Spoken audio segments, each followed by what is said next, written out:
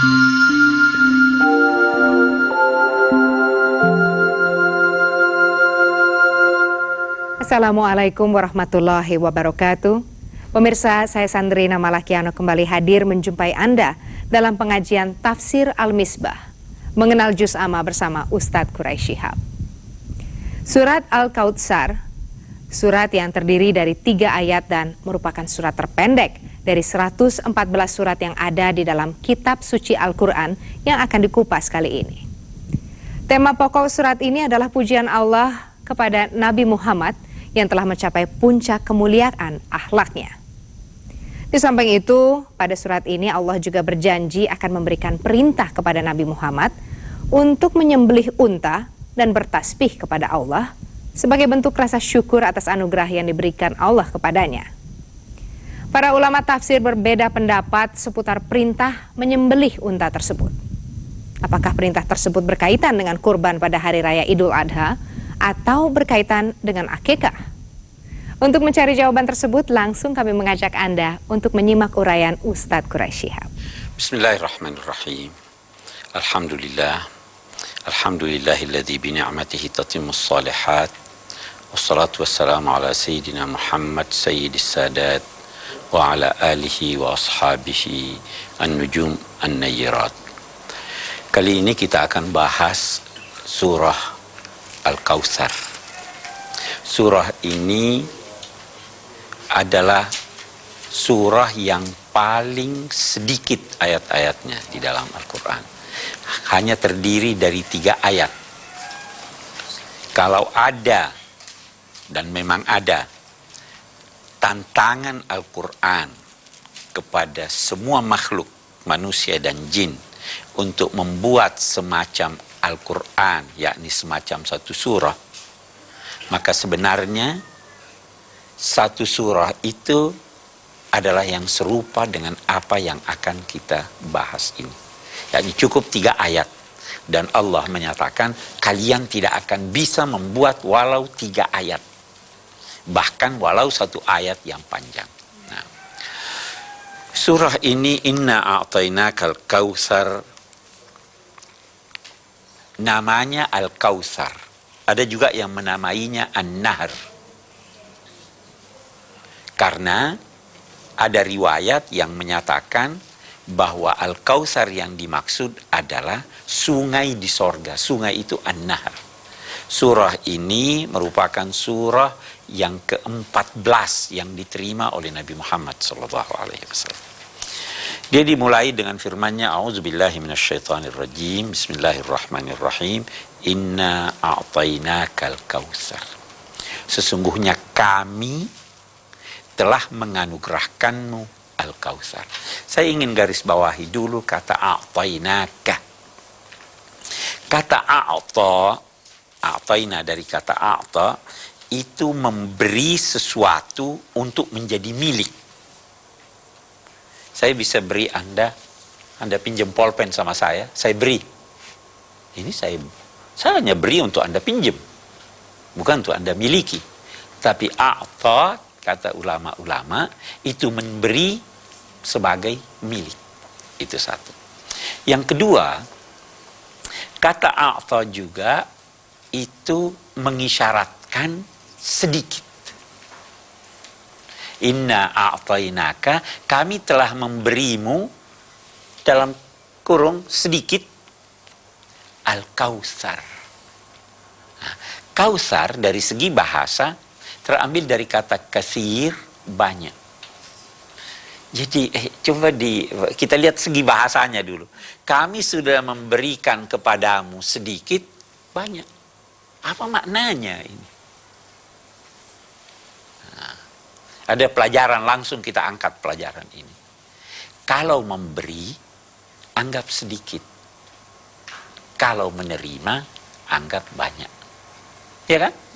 Allah berfirman, kami telah memberimu, itu baru sedikit sebenarnya. Walaupun itu sudah banyak menurut ukuran kami. Kalau baru sedikit yang telah kami berikan kepadamu, itu berarti yang akan datang Nah, inna a'tainaka al-kautsar. Oke. Inna a'tainakal kautsar. Kautsar, berbeda-beda pendapat ulama apa yang dimaksud dengan al-kautsar yang banyak ini. Tadi saya katakan ada yang berkata itu sungai di sorga. Ada yang berkata itu telaga di sorga. Menjadi milik Nabi. Siapa yang minum dari sana tidak bakal kehausan. Ada yang berkata, bukan. Yang dimaksud dengan Al-Kautsar adalah ayat-ayat Al-Quran. Kami sudah berikan kamu ayat-ayat Al-Quran. Ada yang berkata itu kenabian, nubuah. Ada yang berkata banyak sekali pendapat. Ada yang berkata keturunan. Yang berkata keturunan ini mengaitkan ayat ini dengan sebab turunnya ayat. Katanya, waktu anak Nabi Abdullah itu dari Siti Khadijah meninggal, ada orang-orang berkata Nabi Muhammad abtar. Abtar itu yang terputus sebelum sempurna.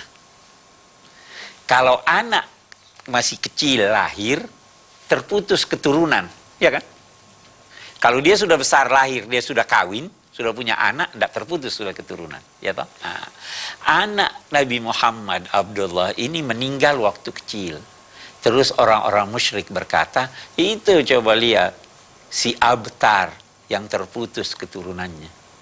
Nah, maka Allah di sini katanya menurunkan ayat ini, Inna a'tainakal kautsar. Kami pasti akan memberikan kepadamu. Walaupun bentuknya, bentuk kata ini, bentuk kata madhi, past tense, tapi itu menunjukkan kepastian. Saya beri contoh. Ata amrullah, telah datang ketetapan Allah, yaitu kiamat. Memangnya kiamat udah datang? Belum. Kenapa dia katakan telah datang? Karena pasti. Karena pasti. Sesungguhnya kami telah memberimu Al-Kautsar. Apa dia sudah beri atau pasti akan dia beri? Jadi berarti itu sungai di sorga sudah diberi atau belum? Sorganya aja belum diterima, ya toh? Tapi pasti akan. Nah, Al-Kautsar mereka artikan keturunanmu pasti banyak, wahai Nabi Muhammad. Kenapa mereka artikan keturunan? Karena ada kata abtar, terputus keturunannya, dan nanti ada kata fasalli li rabbika wanhar, mereka artikan inhar dengan menyembelih binatang akikah. Oke. Saya kembali, inna a'tainakal kautsar, banyak pendapat. Pendapat yang paling baik adalah karena ayat ini tidak menentukan apa yang banyak itu, maka sebaiknya kita berkata kita tidak usah tentukan. Banyak yang akan dan telah diberikan oleh Allah kepada Nabi Muhammad, termasuk pengikut yang banyak, keturunan yang banyak, Al-Quran, sungai di sorga, banyak. Allah tidak menentukan tertentu, jadi kita juga tidak perlu menentukan. Yang jelas, inna a'tainaka al-kautsar. Inna a'tainaka al-kautsar. Fasalli li rabbika wanhar. Fasalli li rabbika. Salli apa artinya? Salatlah. Oke. Salat itu saya pernah kemukakan waktu kita bahas surat Al-Ma'un, bahwa salat itu kalau perintah atau dipuji selalu menggunakan kata aqimu. Kalau fasalli alaihim inna salataka sakanun lahum, itu berarti doakan mereka.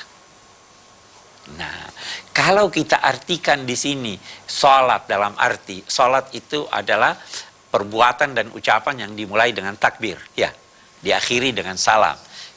Kalau memang maksud ayat ini salatlah dalam arti sembahyanglah, maka tentu dia akan berkata fa'aqimis shalah. Ya kan? Di sini dia katakan fasalli. Nah, karena itu walaupun ada ulama yang mengartikan fasalli li rabbika itu artinya salatlah, tapi yang lebih baik adalah berdoalah kepada Tuhan. Beribadahlah kepada Tuhan. Fasalli li rabbika wanhar, dan sembelihlah binatang atau bersyukurlah kepada Allah dan sembelihlah binatang. Kita akan lanjutkan membahas ayat ini setelah kita melihat suatu fragmen.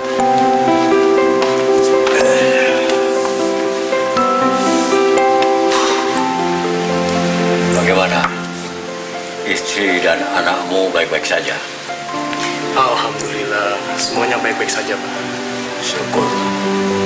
Oh ya, waktu anakmu lahir kemarin, apa kamu sudah membacakan azan? Sudah, Pak. Syukur, alhamdulillah. Kalau anak laki-laki, artinya kamu harus menyembelih kambing 2 ekor. Pasti untuk akikah kan, Pak? Sebenarnya akikah itu apa sih, Pak? Yang Bapak tahu, akikah itu satu bentuk sedekah bagi anak yang baru lahir. Lalu kenapa harus 2 ekor? Sesuai dengan tuntunan Nabi, kalau lahir anak laki-laki disunahkan untuk menyembelih 2 ekor kambing. Tapi kalau perempuan hanya 1 ekor. Itu artinya kalau laki-laki tanggung jawabnya lebih berat dibanding perempuan. Lalu soal waktu pelaksanaan akikah itu sendiri, kapan, Pak? Hari ke-7 setelah anakmu lahir. Anakmu lahir hari apa? Hari Senin, Pak. Senin. Selasa. Ya jatuh hari Minggu. Hari Minggu, Pak. Wah, itu artinya kita harus mempersiapkan segala sesuatunya dari sekarang nih, Pak. Lalu, kira-kira siapa nanti yang kita undang? Ya khususnya keluarga kita, kerabat kita terdekat, dan masyarakat lingkungan rumah kita. Soal tempatnya, Pak? Sebaiknya di kebun belakang rumah kita. Kebun belakang, Pak. Wah, Ferry setuju sekali, Pak. Setuju sekali. Ya sudah, itu anakmu nangis. Iya, saya permisi dulu, Pak. Ya.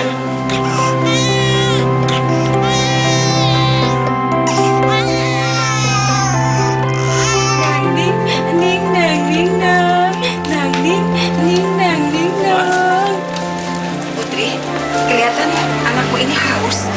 Beri susu dulu, ya. Iya, Ma. Sebentar.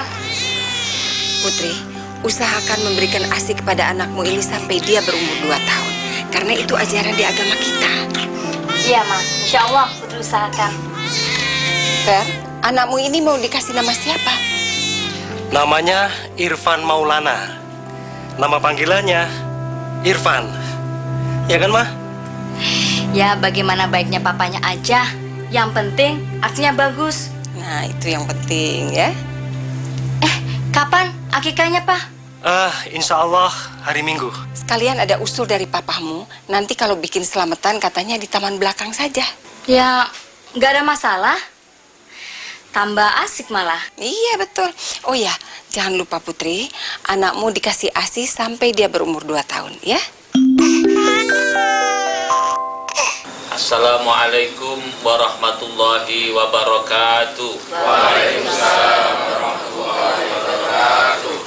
Hadirin sekalian, kami mewakili Bapak Ferry dengan keluarganya menyampaikan terima kasih atas kehadiran bapak-bapak dan ibu-ibu dalam acara walimah tasmiyah atau pesta pemberian nama terhadap anak pertama Bapak Ferry yang telah lahir seminggu yang lalu.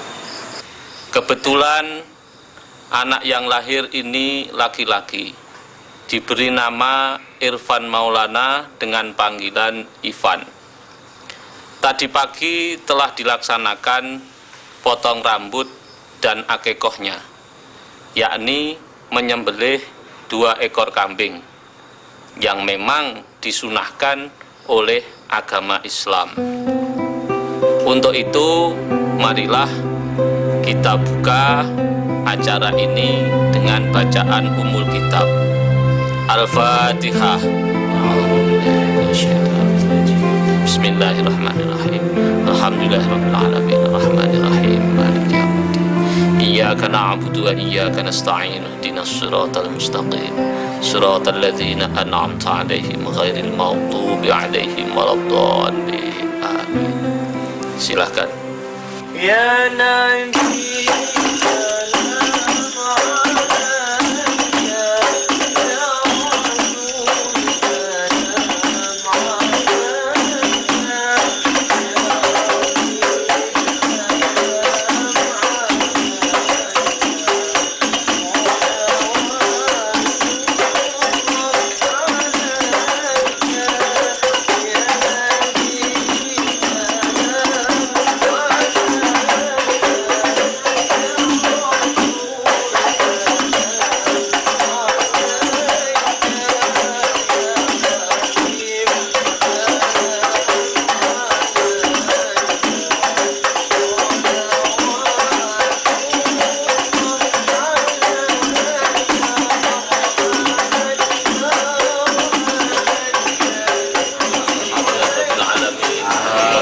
wassalamu ala asrafil anbiya'i wal mursalin. Rabbana zidna ilma wa wasi' rizqana. Allahumma arzuqna ilman nafi'a wa ilman mubaraka warzuqna waladan sholiha. Rabbana atina fid dunya hasanah wa fil akhirati hasanah wa qina adzabannar. Sallallahu ala sayyidina Muhammadin wa ala alihi wa sahbihi ajma'in. Subhanaka rabbika rabbil izzati amma yasifun wa salamun alal mursalin walhamdulillahi rabbil alamin. Al-Fatihah.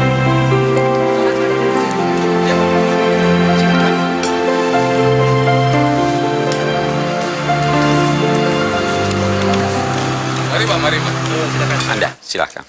Bismillahirrahmanirrahim. Dari permasalahan tentang akikoh dan kurban, kita telah mendengar bahwa daging akikoh itu dibagikan dalam keadaan matang, sedangkan daging kurban itu dibagikan dalam keadaan mentah. Mengapa demikian? Terus yang kedua, bicara soal akikoh, sebenarnya apa sih makna akikoh itu sendiri dan tujuannya itu untuk apa dan sebagai apa? Mungkin itu saja. Terima kasih. Ya. Daging korban ada akikah.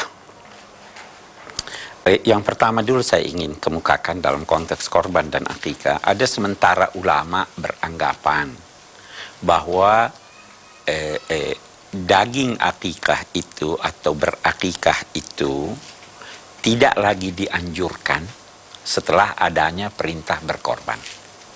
Tapi ada juga yang mayoritas berkata akikah itu dalam konteks memperoleh anak, sedangkan korban itu dalam konteks hari lebaran haji, ya kan? Jadi di situ letak bedanya. Karena dalam konteks lebaran haji itu yang terjadi adalah meneladani Nabi Ibrahim yang menyembelih anaknya, kemudian anak itu, penyembelihan itu sebelum terlaksana dalam arti disembelih, diganti oleh Allah dengan daging domba, maka intinya pada korban itu adalah penyembelihan itu sendiri. Ya kan? Sedangkan inti, karena itu harus ada penyembelihan, kemudian dagingnya tidak dimasak, dibagikan kepada orang lain. Adapun intinya pada akikah adalah bergembira dan bersyukur. Nah, kegembiraan dan kesyukuran itu semakin banyak yang terlibat dalam kegembiraan, semakin besar kegembiraan itu. Ya kan? Itu kan ada ungkapan begitu. Kalau banyak yang bergembira, kita makin gembira. Kalau gembira sendiri, ya sendiri aja. Ya. Lawannya, kalau banyak yang sedih, itu makin kurang itu kita rasakan kesedihan. Itu sebabnya dianjurkan bela sungkawa biar makin ringan itu kesedihan. Makin sedikit yang sedih, makin besar. Kalau ada orang cuma dia sendiri yang kebakaran rumahnya, oh itu berat itu. Tapi kalau semua orang kebakaran rumahnya, iya kan? Makin sedikit yang sedih, makin besar terasa kesedihan. Makin banyak yang gembira, makin besar kegembiraan itu terasa. Nah, dalam konteks besarnya kegembiraan itu, maka kita undang orang. Maka kita memberi orang makanan itu dalam bentuk makan bersama atau kita kirim makanan itu. Karena konteks akikah adalah kesyukuran. Konteks Hari Raya Idul Kurban adalah darah yang memancar. Itu sebabnya Allah menyatakan la yanalallaha luhumuha wala dima'uha walakin yanaluhu taqwa minkum. Saya kira itu mungkin salah satu yang kita bisa kemukakan sebagai alasan perbedaan. Baik, siapa lagi?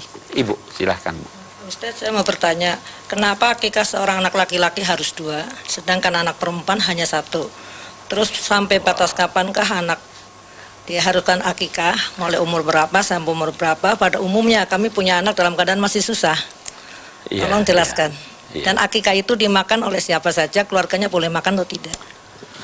Waduh, ibu karena perempuan tanyanya, ya kenapa laki-laki harus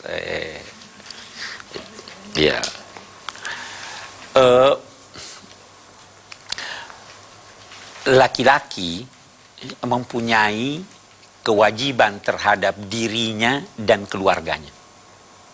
Ya toh?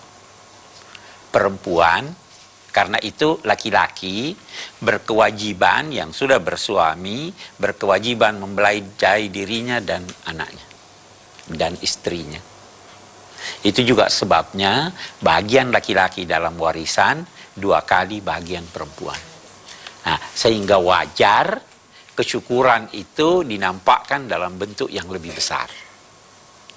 Itu satu.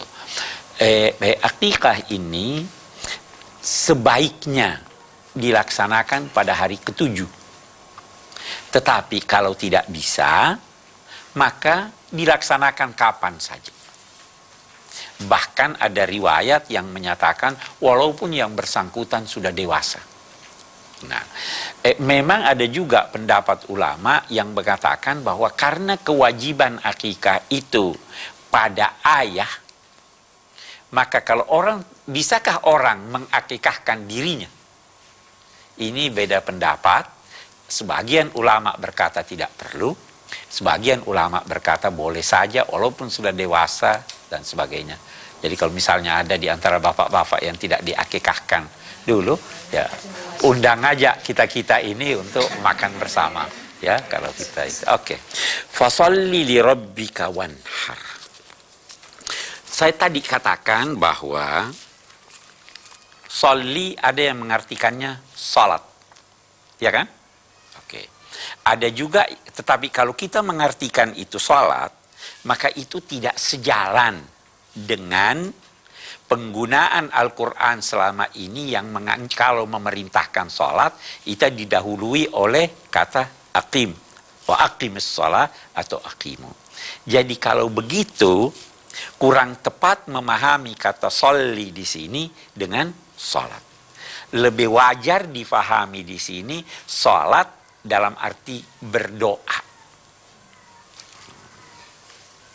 Itu satu, karena salat doa. Nah, doa itu dinamakan oleh Nabi mukhul ibadah. Inti dari ibadah itu adalah doa. Intinya ibadah adalah doa. Nah, saya kembali kepada pertanyaan. Ibadah itu bisa bermacam-macam. Bahagian dari ibadah itu adalah syukur. Tetapi sebenarnya ibadah itu syukur plus. Ya kan? Jadi kalau dia hanya katakan bersyukurlah, bisa-bisa cuma syukur, dia tidak sabar. Ini diperintahkan beribadahlah kepada Tuhanmu. Salah satunya berdoalah kepada Tuhanmu agar anugerahnya ini berlanjut, dan itu manifestasi daripada kesyukuran kepada Allah Subhanahu wa taala. Jadi sebenarnya fasalli kita artikan beribadah itu jauh lebih dalam daripada bersyukur. Jauh lebih luas daripada bersyukur. Seakan-akan Allah berkata, ini sudah banyak anugerah, syukuri, dan lebih daripada syukuri, laksanakan semua tuntunan ibadah. Jadi dia menjadi lebih luas. Oke, itu. Ada hal yang menarik lagi di sini. Fasalli li rabbika. Fa itu digunakan dalam bahasa Al-Quran untuk suatu kegiatan yang berhubungan langsung dengan sebelumnya. Tidak ada jarak yang lama antara ini dan itu. Saya beri contoh. Kalau saya berkata, Ja'a Ahmad wa Muhammad. Ja'a Ahmad fa Muhammad. Ja'a Ahmad thumma Muhammad. Ada 3 kata nih. Waw, fa, thumma. Ja'a Ahmad wa Muhammad. Datang 2 orang ini tanpa saya ketahui siapa yang lebih dulu datang. Ja'a Ahmad fa Muhammad, datang Ahmad, tidak lama kemudian datang Muhammad. Ja'a Ahmad summa Muhammad, datang Ahmad kemudian dalam waktu lama datang Muhammad. Di sini fasalli, segera. Begitu kamu dapat nikmat, begitu kamu dapat anugerah, segera sholat, segera berdoa kepada Allah. Segera bersyukur kepadanya. Segera taat kepada. Jangan tunda-tunda. Itu yang ingin dinyatakan pada kata fasalli li rabbika wanhar. Kita lihat wanhar. Fasalli li rabbika wanhar. Saya sudah katakan bahwa ada yang mengartikan wanhar dengan, kita lihat dulu asal arti an-nahr itu. An-nahr itu dada. Perempuan yang pakai kalung, itu tempat kalungnya itu dinamai nahr. Idun nahr, hari raya korban, karena binatang disembelih waktu itu. Karena itu juga an-nahr diartikan leher atau di atas dada. Intihar, bunuh diri, karena orang mencekik dirinya kah, itu segalanya. Oke. Yang mengartikan sholli dalam arti kata salat, dia artikan wanhar, letakkanlah tanganmu di atas dadamu. Begini, itu ada riwayat dinisbahkan kepada Sayyidina Ali. Ada lagi yang mengartikan sholli li rabbika wanhar, an-nahr itu artinya menghadap. Salatlah dengan menghadap ke kiblat. Ini yang mengartikan salat nih, sholli ya. Ada lagi yang mengartikan inhar, salatlah dengan mengangkat tanganmu. Yakni kalau sudah salat berdoa, angkat tangan. Nah, kita berkata begini, saya sekali lagi tidak setuju dengan pendapat-pendapat ini.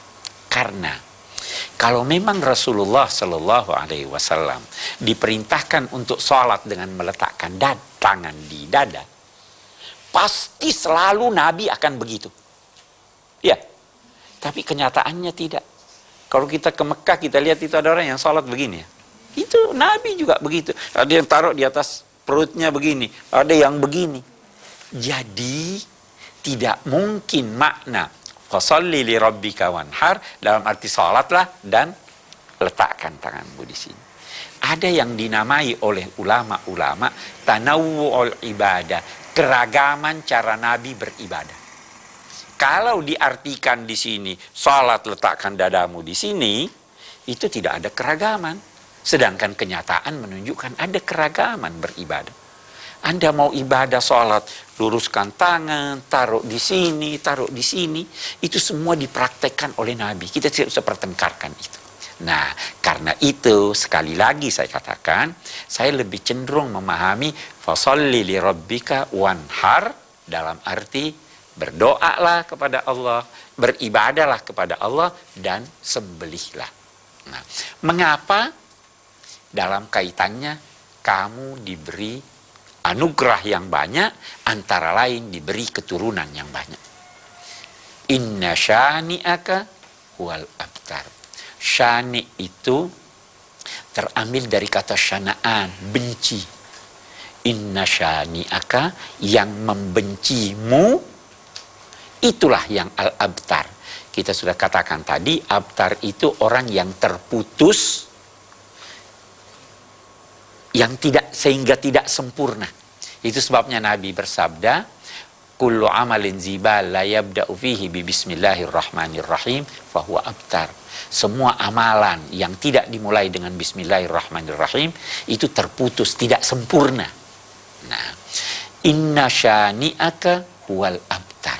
Yang benci kamu itulah yang terputus. Nah, apa artinya sekarang? Yang membencimu, wahai Nabi Muhammad, apakah maksudnya membenci ajarannya atau membenci ajarannya dan sosoknya, kepribadiannya? Ada ulama berkata yang dimaksud membenci ajarannya. Sekali lagi, saya tidak setuju dengan itu. Walaupun Anda senang pada ajarannya, tapi membenci pribadinya, Anda juga dinilai abtar oleh Tuhan. Kenapa? Sekian banyak ayat di dalam Al-Quran yang ditujukan kepada Nabi yang tidak tertuju kepada dalam kedudukan beliau sebagai Nabi. Kita ambil contoh. Alam yajidka yatiman fa'awa. Itu pribadi atau sebagai Nabi itu? Yatim. Di dalam Al-Quran ada dikatakan Nabi pernah duduk-duduk ngundang orang, ini tamunya duduk berlama-lama, tidak mau pulang. Mengganggu Nabi atau tidak ini? Mengganggu Nabi. Turun itu ayat. Kalau sudah makan, pulang. Nabi malu mau menyebut itu. Wallahu la yastahi minal haq. Tuhan tidak malu. Jadi ada orang, walaupun mengagungkan ajaran Nabi, tetapi melecehkan Nabi, itu juga diancam dengan al-abtar. Itu sebabnya ada ulama-ulama yang begitu hormat pada Nabi, tidak mau menyinggung perasaan Nabi. Itu juga sebabnya kita tidak setuju kalau ada orang yang berbicara Abu Thalib masuk neraka, tidak masuk neraka. Karena itu menyinggung perasaan Nabi. Terlepas apakah dia di neraka atau tidak. Karena itu dia hormat. Abu Thalib punya jasa kepada Nabi. Nah, ini di sini inna syani'aka huwal abtar. Yang membencimu itulah yang al-abtar. Apa artinya al-abtar? Boleh jadi putus keturunannya. Putus keturunan itu bisa berarti dia tidak dapat keturunan. Bisa juga namanya sudah hilang. Boleh jadi ada anak cucunya tidak dikenal lagi.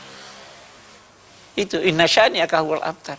Ternyata memang demikian. Semua coba kita marilah kita angkat mereka yang hidup pada abad ke-6. Siapa lagi yang teringat di antara mereka sekarang? Tidak ada. Yang membenci Nabi sudah habis namanya. Kalaupun masih ada namanya, itu bukan nama baik. Tapi kalau Nabi,